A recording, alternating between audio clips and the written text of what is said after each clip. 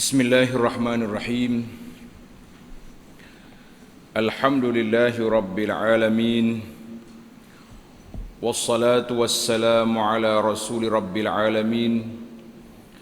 Nabiyyina wa habibina wa qudwatina Muhammad ibn Abdillah wa ala alihi wa sahbihi wa man sar ala nahjihi wa ihtada bihadihi wa istanna bisunnatihi ila yaumiddin.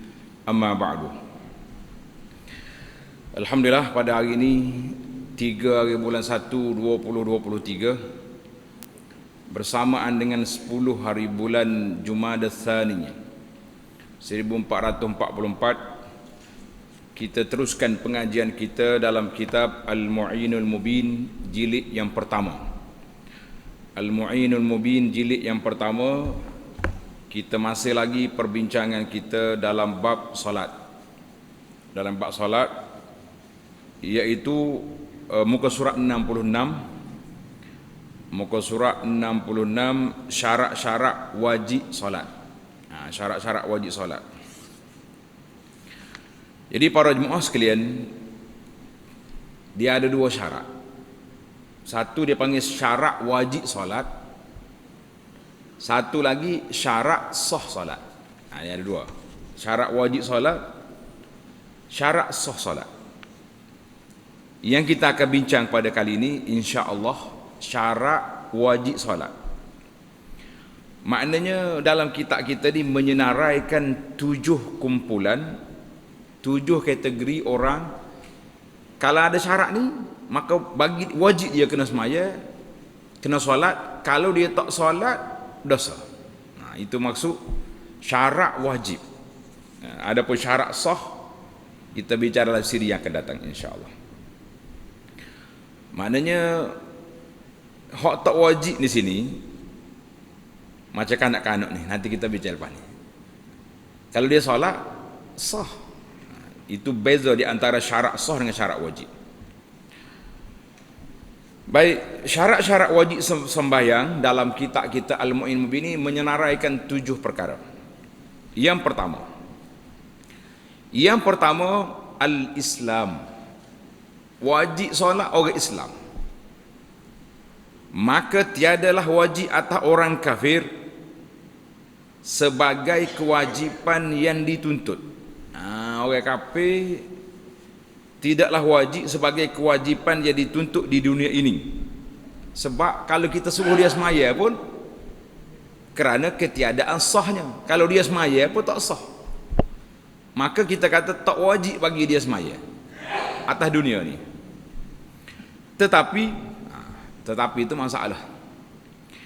Tetapi wajib pula atasnya sebagai wajib seksa di akhirat disebabkan meninggalkan sembahyang. Kita kata atas semaya atas dunia ni, kalau kita suruh dia semaya pun tak sah. Tapi dia tak semaya tu dikira satu dosa lain pula. Dosa kafir satu, dosa tak semaya satu lagi. Jadi tindalah dia panggil bertindak hal ini. Kerana kemungkinannya mereka memperbuatnya dengan berislam. Jadi biar dia semaya dulu. Nak semaya kena masuk Islam, baru sah. Dan begitulah seterusnya hukum-hukum yang mengenai furu' syariat. Furu' syariat ni maknanya cabang-cabang kewajipan syarat yang lain, seperti puasa. Bila mari masuk bab puasa esok, kita kata puasa tak wajib bagi orang kafir. Tapi dia tak puasa kena hukum lain. Zakat sama juga. Dosa dia tak keluar zakat, satu dosa. Tapi bagi dia tak wajib keluar zakat, sebab kalau keluar pun tidak sah. Ini kena beralih ke situ. Manakah dalil orang kafir diambil tindakan di akhirat esok dengan sebab dia tak solat? Mana dalil? Dalilnya firman Allah Ta'ala dalam surah Al-Muddathir. Dalam surah Al-Muddathir, Ma salakakum fi saqar qalu lam naku minal musallin. Tengok ayat 42. kenapakah dihelakan kamu ke neraka? Kenapa kamu masuk neraka? Jadi malaikat tanya puak kafir ni, masuk neraka kenapa? Mereka jawab, ialah kami bukannya orang yang sembahyang. Maknanya salah satu daripada denda dia, seksaan dia, tak semaya. Satu. Walam naku nut'imul miskin, dan tiadalah kami memberi makan orang-orang miskin. Kalau dia beri, contohnya ada setengah orang kafir ni, charity dia panggil, NGO, duk beri makan kepada orang miskin, dia boleh pahala ke tidak? Mana pahala dia tu bertangguh. Nanti dia hujung nanti ada bincang. Ayat yang ke-45, wa kunna nakhudu ma'al khaidin, dan adalah kami mengharungi, bersak daripada orang mengharungi, maknanya duduk kata tak baik kepada orang Islam. Itu makna khaidin, nakhudu ma'al khaidin, makna kita juga termasuk orang yang mulut celupa, duduk menghina Islam. Kena betul, kena tulislah keterangan itu, sebab terjemahan dia ni mengharungi. Kita ni baru lepas musim banjir, haru apa? Bukan haru air ni. Mengharungi maknanya bersama dengan kumpulan yang menghina Islam. Itu dia. Wa kunna nukazzibu biyaumiddin, dan adalah kami mendustakan hari akhirat, hatta atana al-yaqin, sehingga tiba kepada kami keyakinan, yakni mati. Jadi ayat ini surah Al-Muddathir ayat 42 hingga 47 ini salah satu daripada jawapan sebab dia masuk neraka, lam naku minal musallin, kerana dia tak sembahyang.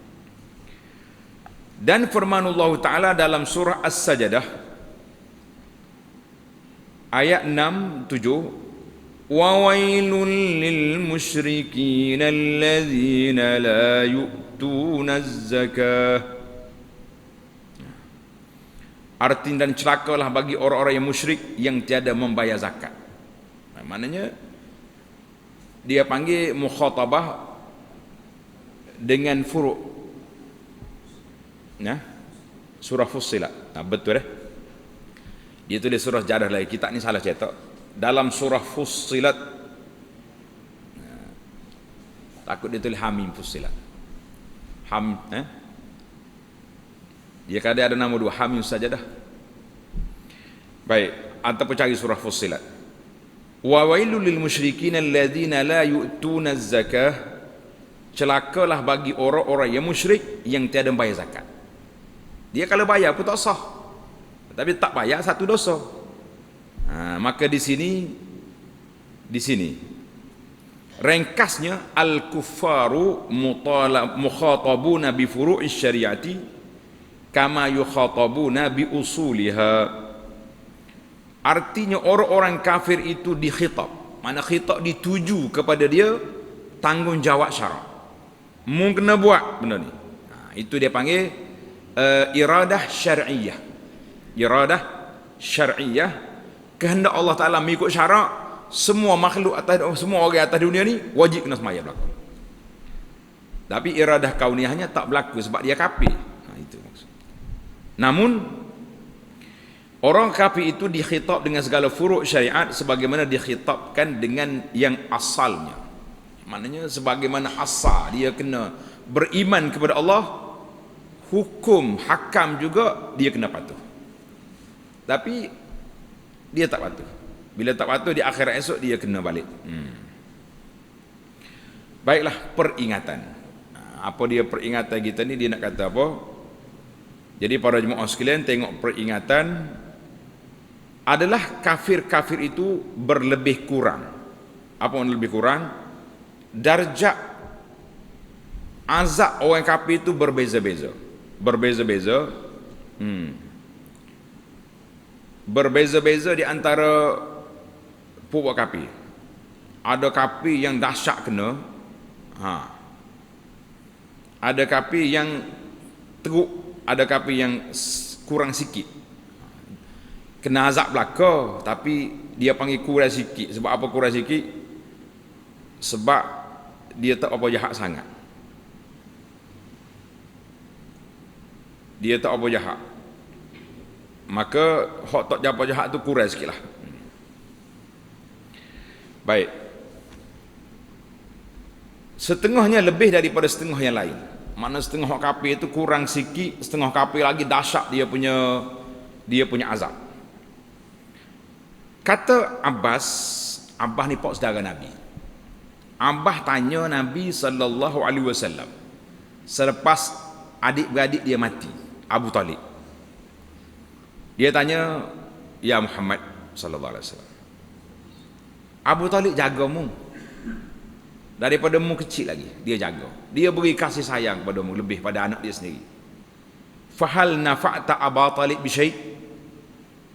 Fa innahu kana yahutuka wa yaghdab lak." Ya Muhammad sallallahu alaihi wasallam, adakah engkau dapat memberi apa-apa manfaat pada Abu Talib kerana ia memelihara engkau dan marah kepada orang yang mengganggumu? Manfaat ke tidak dia? Dia sayang ke Nabi, manfaat ke tidak? Sabda Nabi sallallahu alaihi wasallam, "Na'am, huwa fi dahdahim min narin walaula ana lakana fi darkil asfali minan nar." Nabi kata ia duduk di tempat yang senipis-nipis daripada neraka. Ada riwayat kata sekat buku lali dia masuk dalam tu. Dan kalaulah tiada kerana aku, nasya'ala ia dilapis yang ke bawah sekali dalam neraka. Hadis ini rawahu Muslim, ada hadis sahih. Itu menunjukkan kepada orang kafir yang lebih dahsyat. Kafir saja dia tak ngenak kau orang, dia tak rapah harta orang contohnya. Dosa kafir satu, dosa lain-lain tidak ada.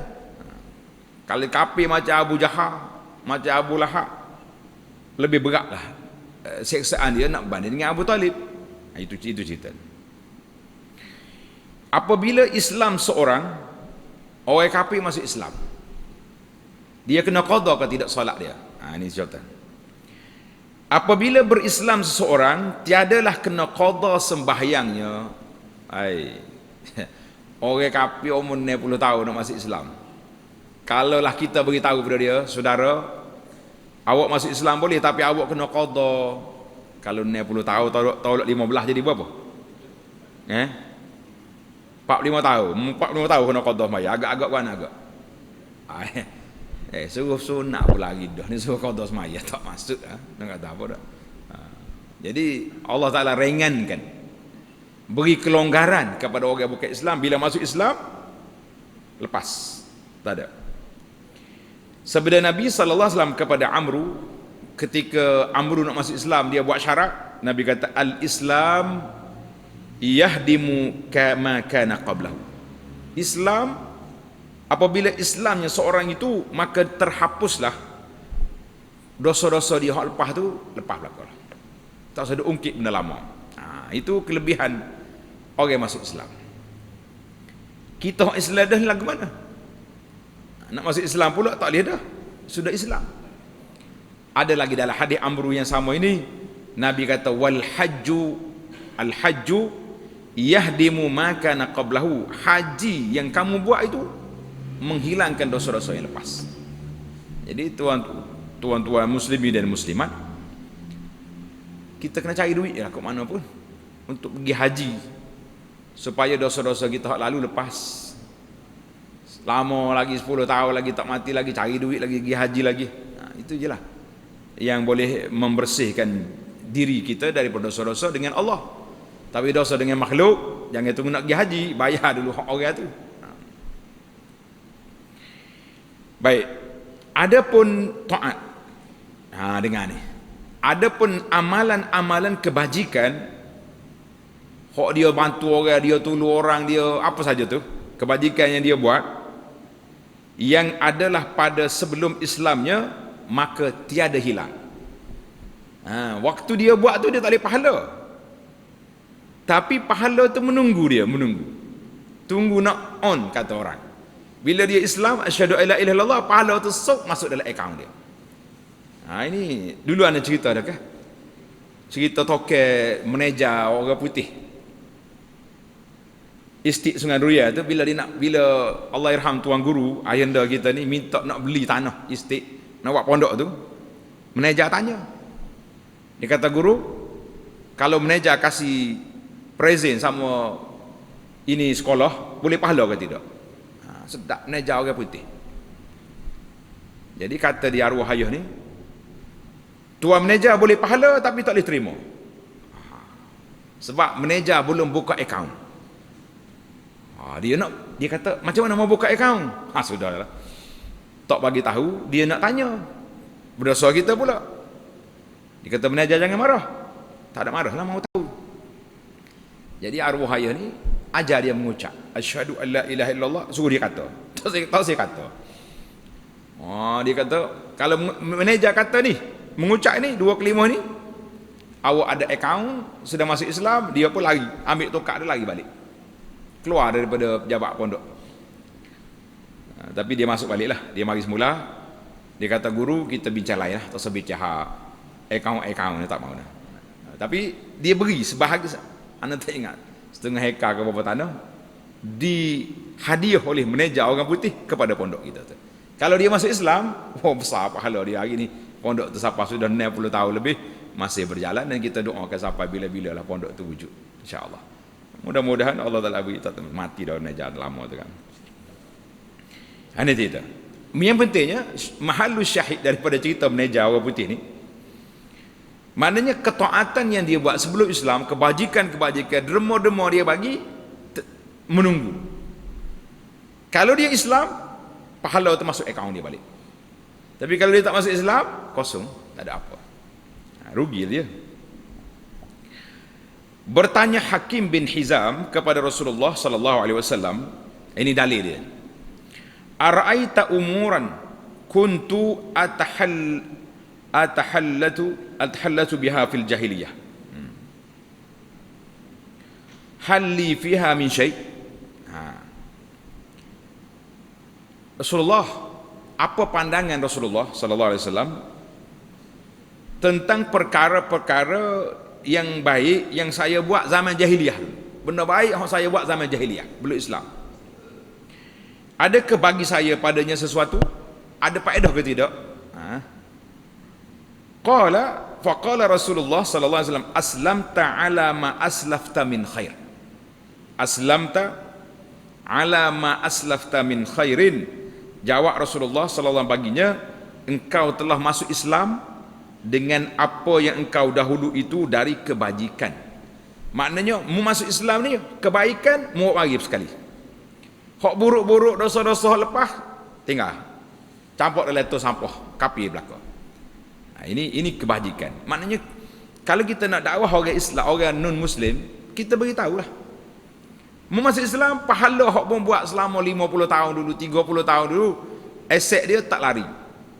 Bahkan dosa-dosa yang lepas dimaafkan. Ini satu galakan.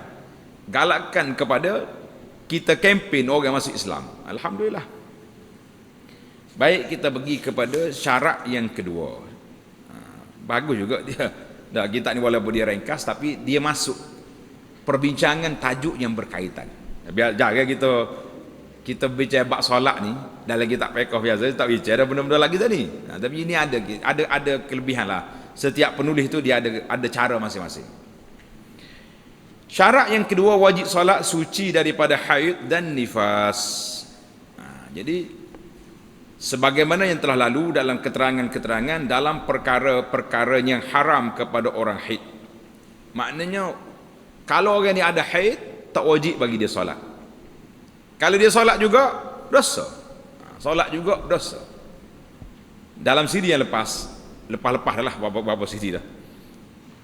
Bahkan wanita haid tak boleh ambil wuduk pun. Walaupun dia menjadi kebiasaan dia ambil wuduk sebelum solat, sebelum tidur. Tapi bila haid tak ada wuduk. Sebab apa? Wuduk itu tidak memberi kesan kepada haid dengan nifas dia tu. Tak beri kesan. Bahkan dalam kitab Imam Nawawi kata dosa pula kalau dia ambil wuduk.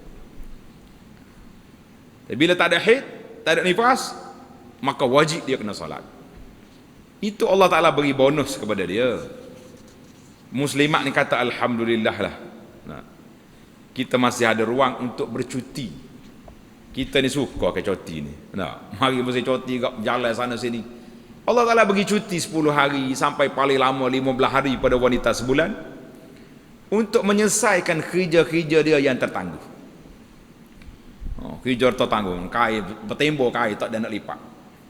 Dah mari cuti semaya apa tidak, nak puasa apa tidak, nak baca Quran apa tidak, sipailah rumah tu. Ni tidak, masa itulah dia tidur pulanya. Jangan marahlah tak. Patut tengok tu lah suami. Allah sedih ya. Biasa ikut suami pergi masjid dengan kuliah, ada ceramah-ceramah. Ni tak boleh nak pergi masjid. Ketika inilah kita buat kerja rumah kita. Allah beri cuti untuk selesaikan kerja yang tak selesai, kita tambah kerja lain pula. Untuk laki balik, bukan cakap nak siap makanan. Kena kejut nak pula dah tanya khabar ada makanan ke tidak. Wallahu alam. Campur wanita ni masalah pula kita. Kita berpindah kepada syarat yang ketiga. Syarat yang ketiga, wajib solat berakal. Orang berakal. Maka tiadalah wajib atas orang yang gila kerana ia bukannya mukallaf. Orang gila tak wajib. Sekarang ni hak gila betul-betul, mudahlah kita tahu dia gila. Tapi yang orang panggil on off ni, sekali gila, banyak kali tak gila, lagu mana? Waktu dia gila tu kita pun lari ke dia. Tapi ada kalanya molek je. Maka hak ni waktu dia tak gila tu dia kena solat. Sama juga dengan banyak soalan-soalan yang ditanya sekarang. Yang mari kepada kita soalan ni tentang orang-orang tua yang separuh nyanyuk. Tak nyanyuk betul. Hak nyanyuk sungguh tak ingat berapa tu sesalah masalah. Nak suruh semaya mana dia nyanyuk dah. Tapi hak ni ingat tak ingat. Sekali ingat, sekali tak ingat. Yang ni kita kena rujuk kepada doktor pakar bahagian di hospital tu, tengok dia punya peratus kenyanyukan dia tu macam mana. Tapi kadang-kadang payah nak. Setengah orang ni dia nyanyuk baik, dia panggil nyanyuk soleh. Ada je. Cakap kau semaya ya dia, tak ada je. Tu pasal mana tu? Ni termasuk dalam syarat ke tak cukup syarat dah? Cukup syarat ke tak? Tak cukup? Tak cukup, biar ke dia. Tu maya tak tahu kiblat mana tu. Tuhan nak tunjuk kita malam ini. Okey sini ya kenanya. Cukup syarat ke tak tu? Tak cukup? Biar ke dia lah. Tak cukup? Tak apa, dia maya pun Nabi ikut dia. Mari contoh malam ni. Syafahullah lah. Mudah-mudahan Allah Ta'ala bagi sembuh pada dia insya-Allah. Maknanya kalau orang lagu ni dia semaya tu kira baiklah tu daripada dia duk kacau ke tak. Tapi kalau kita tegur dia kiblat suruh betul, dia betul ke tak? Kalau dia ajak dia kiblat lagi ni, dia betul? Tak irah dah, tak makan samai dah. Biarlah. Lock dia. Dah dah. Kalau tegur kena marah pula. Kacau kan nak semaya dah. Baik. Itu contoh tak cukup syarat. Tapi kalau dia semaya betul dengan rukunnya, tentu semaya tak betul ngadak kiblat dak tu. Tapi kalau dia semaya sungguh betul-betul, mudah-mudahannya pahala tu menunggulah bila dia Allah Taala masuk dalam akaun dia nanti insya-Allah. Tapi ini dipanggil tak cukup syarat. Kalau dia semaya tu semayalah. Kalau dia tak semaya pun dia panggil semaya pun tak semaya, tak semaya pun tak semaya. Berapa rakaat semaya ni? Berapa rakaat semaya gori? 2. Tak apalah. Ini termasuk syarat yang ketiga dah dia tu. Biar dia. Tapi dia mari masjid dah. Baik. Itu dia panggil tak cukup syarat. Cuma yang tadi, yang orang nyanyuk tadi, itu banyak soalan tanya selalu. Ni kadang-kadang dia ingat. Dia nak solat. Maka menjadi kewajipan kepada anak-anak cucu yang ada ni, tolonglah dia. Contohnya dia semaya tapi dia tak ingat rakaat. Jadi kita duduklah kat dia. Sambil-sambil tengok dia semaya tu, kita tolong jaga. Rakaat pertama, rakaat yang kedua, rakaat yang ketiga. Hok tak nyanyuk ni pun main dengan rakaat ni tukar juga. Kau tak tukar? Kadang-kadang Allahu akbar, astagfirullah. Berapa 3 ke 4 ni tak salah ke mana dah. 2 kali sujud sawi pun ada. Tak tahu. Lepas sujud saja pula. Terlupa pula. Jadi itu dia panggil maknanya soalan tadi kita tengok keadaan dia lah. Mana kalau dia tu masih lagi ingat molek, cuma lemah ingatan, dia sudut bilangan rakaat ke, kita bantulah dia. Anak-anak tolong bantu, cucu tolong bantu. Kan? Mudah-mudahan dia mati dalam keadaan dia husnul khatimah, dalam keadaan dia solat, dalam keadaan dia yang melakukan kebaikan yang baik. Kita kata alhamdulillah. Baik. Kita pergi kepada syarat yang keempat. Sampai seruan Rasulullah sallallahu alaihi wasallam. Maknanya Islam ni wajib solat ni sampai ke dia. Kerana mereka yang tiada sampai kepada dakwah dan seruan bukannya mukallaf juga. Atas dunia ni masih ada lagi ke tidak orang tak tahu wajib sembahyang? Ada ke tidak? Orang Islam hak tak tahu wajib sembahyang ada ke tak? Hak tak tahu, hak tak tahu wajib sembahyang ada? Anak orang Islam. Kalau ada tu pelik benar tu. Duduk lautan mana tak tahu tak. Dia tahu wajib sembahyang cuma dia tak sembahyang tu ramah tu. Yang dia naknya di sini orang yang tak sampai seruan. Maknanya dia tak tahu bahawa sembahyang itu wajib. Firman Allah Taala, "Li'alla yakuna lin-nasi 'ala Allahi hujjatun ba'da ar-rusul." Supaya tiadalah ada bagi manusia itu di atas Allah suatu hujah kemudian daripada Rasul. Mana bila sampai seruan Rasul mari, kita tak lagi kata hujah tak ada sampai. Saya tak tahu. Saya tak tahu sembahyang wajib. Awak duduk mana? Saya tak sebutlah nama kapur ni deh, takut malu kau orang jauh-jauh. Duduk di kawasan kita ni. Ia masjid ada, surau ada, orang Islam ada sebelah rumah, itu tidak dimaafkan. Tapi kalau duduk dalam pergunungan, dalam hutan mana tak tahu, kita pergi jumpa kita apa sesak pergi, tiba-tiba jumpa orang tanya, "Mau sembahyang ke tak?" Tak tahu. Itu boleh diterima. Internet pun tak ada. Tapi kalau duduk di sekitar kampung ni boleh kata tak tahu wajib sembahyang, itu tidak ghair ma'zur. Dia panggil tidak diberi keuzuran. Sebab apa mu tak tanya orang? Takkan mu tak tengok orang sembahyang mu tak tanya. Itu dia panggil. Itu kaedah. Syarat yang kelima, ada pendengaran dan penglihatannya, kedua-dua sekali.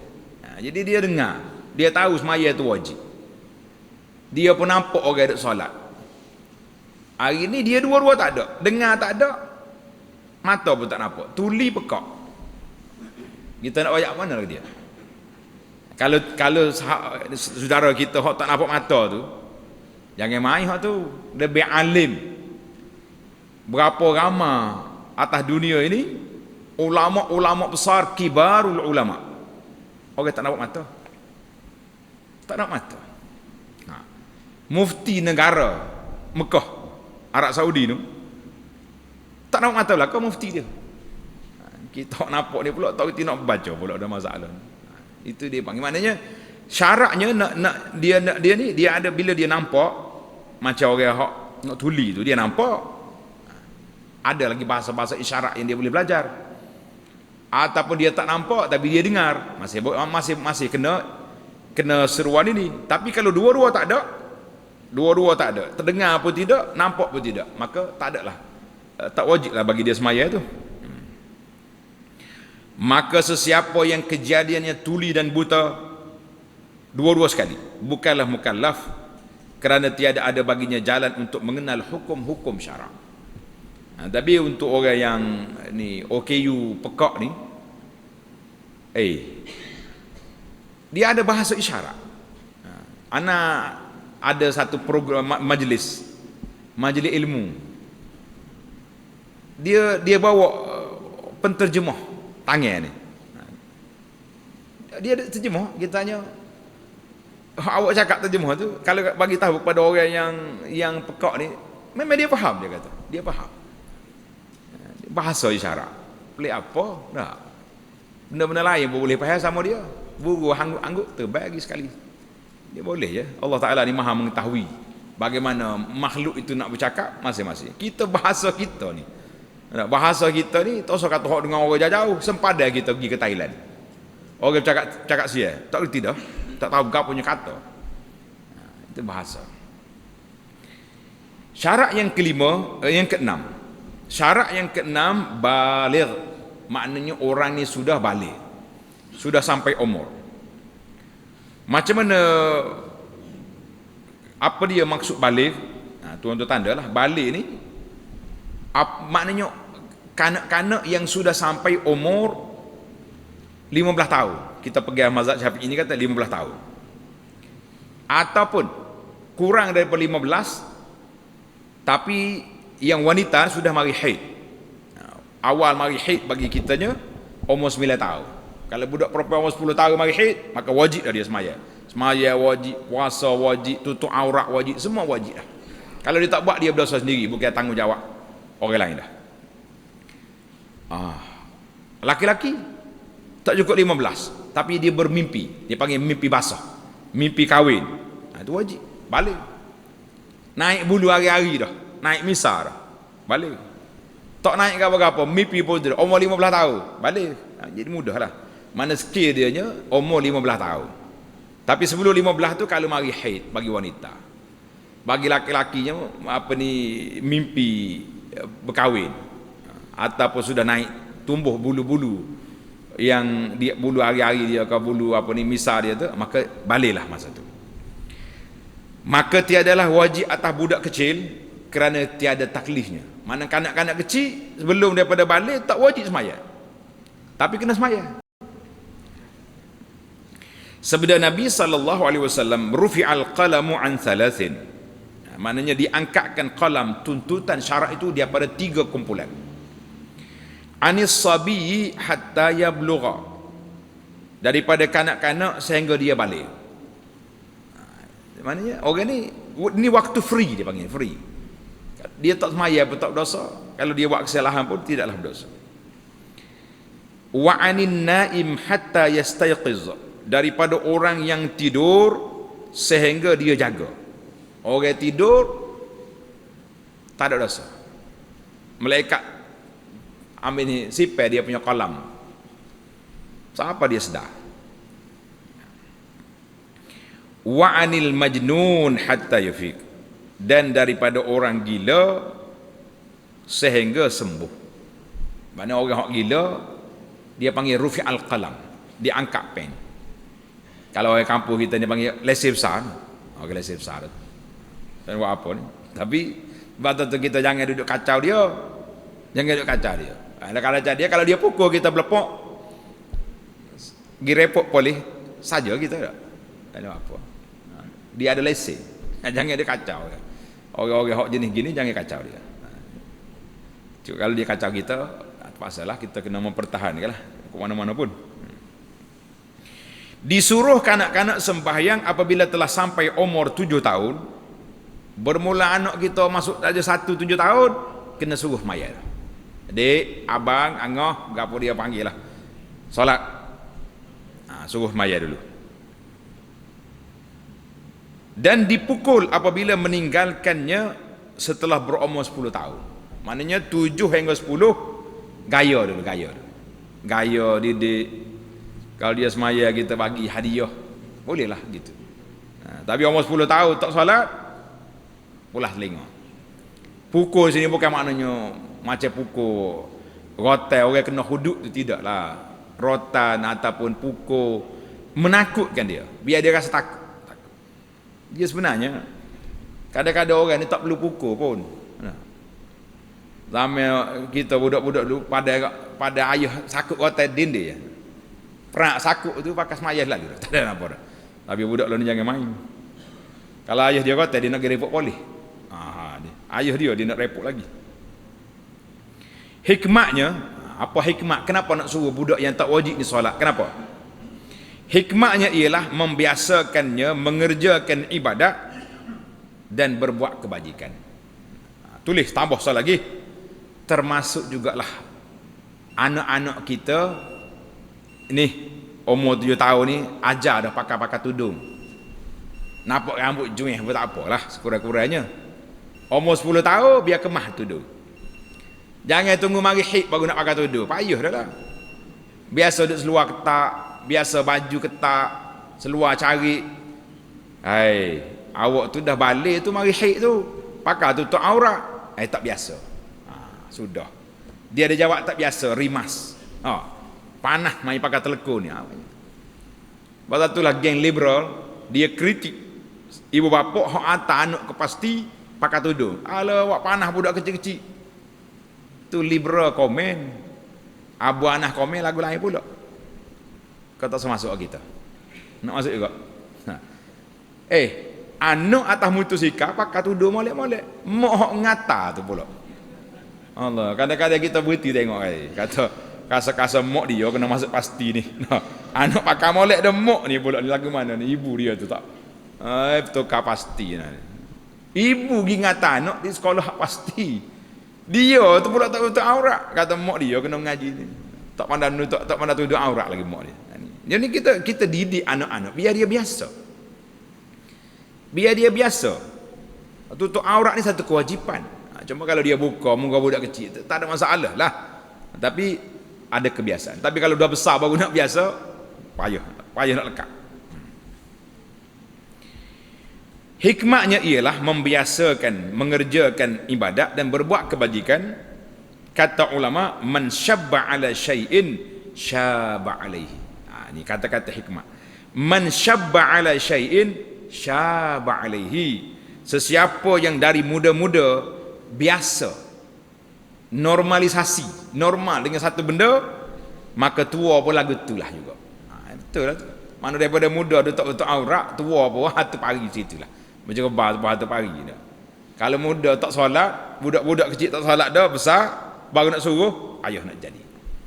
Jadi kita biarlah anak kita ni membesar dalam suasana yang ingat kepada Allah Azza wa Jalla.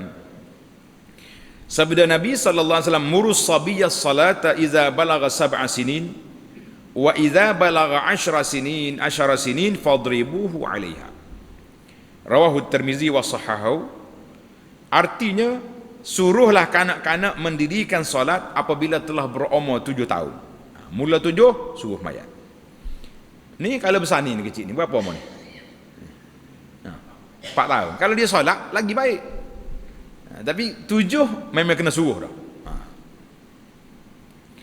Dan apabila telah berumur 10 tahun, maka pukullah akan dia jika meninggalkan solat. Pukul itu pukul menakutkan lah, bukan mencederakan.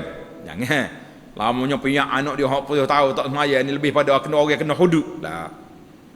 Itu bukan cara didikan Islam. Dia lebih kepada menakutkan dia sajalah.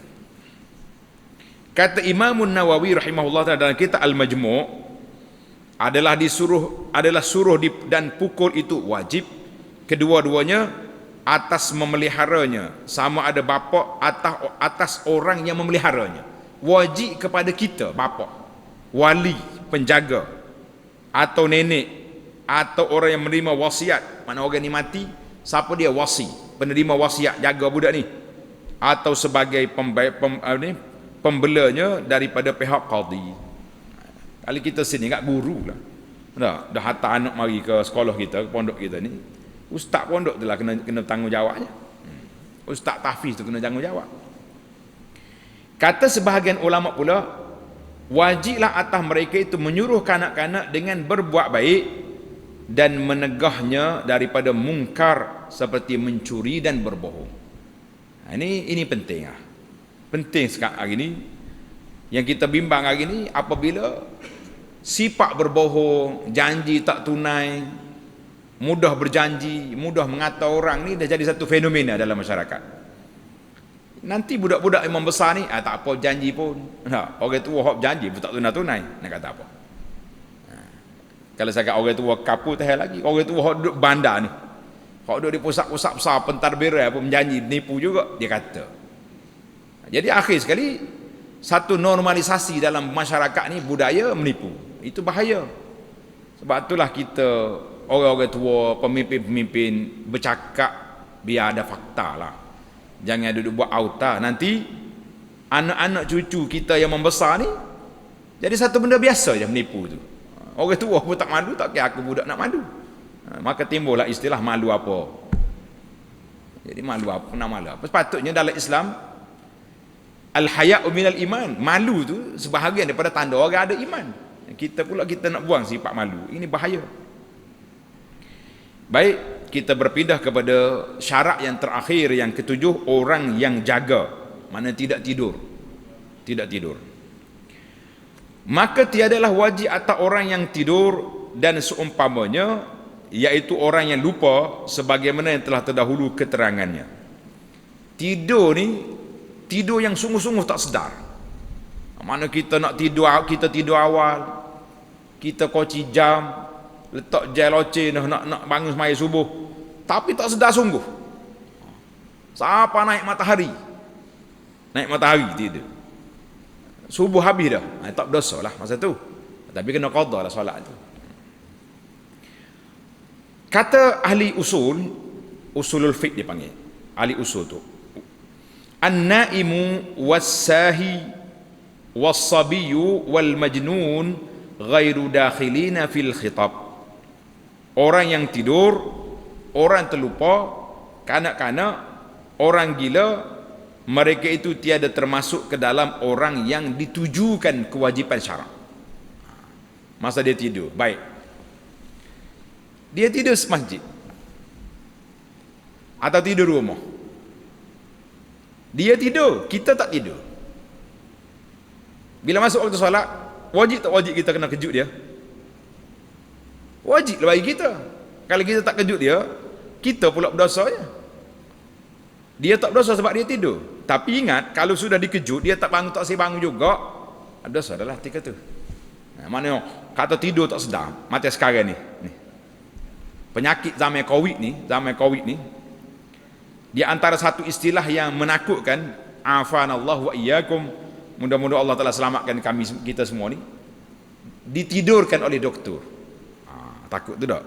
Bila bunyi doktor nak tidurkan, sibuklah kita ni, maya ajak sana sini, baca macam-macam, baca rezeki. Sebab tidur tu tak tahu bangun tak bangun lagi, ada hak bangun, ada tak bangun. Jadi waktu tidur tu maafum, tak wajib solat kalau pasal dia tidur.